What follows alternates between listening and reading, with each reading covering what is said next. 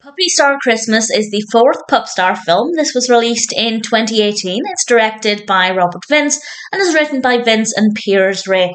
And we have some of the usual cast. We have Kaitlyn Maher voicing Tiny.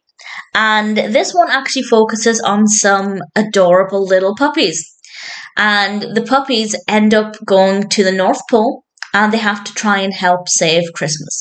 And I don't want to say too much more than that. I don't want to say how they get there or what the problems are, as that's obviously part of the narrative and I don't want to give away too much.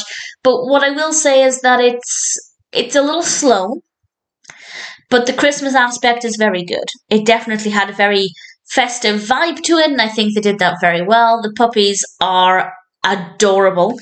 They are so cute, and I think that works really well. I wasn't expecting that. I mean, based on the title, I could have worked it out, but I assumed it would have just been another story following Tiny rather than the puppies. But I think it was a really good decision, and it gave it an extra layer of being absolutely adorable.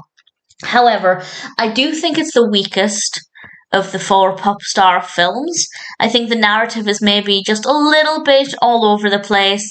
The pacing isn't that great, but the scenes with Santa and the scenes around the North Pole, I think were very well done. So there were definitely some good aspects to the film, but compared to the other three, it definitely isn't as good. I also don't think the soundtrack was as good, and considering they're all about music, and of course the Pup Star is a competition to find the best singing dog, then it kind of felt a little bit of a disappointment. I didn't really care for the music as much as the previous films.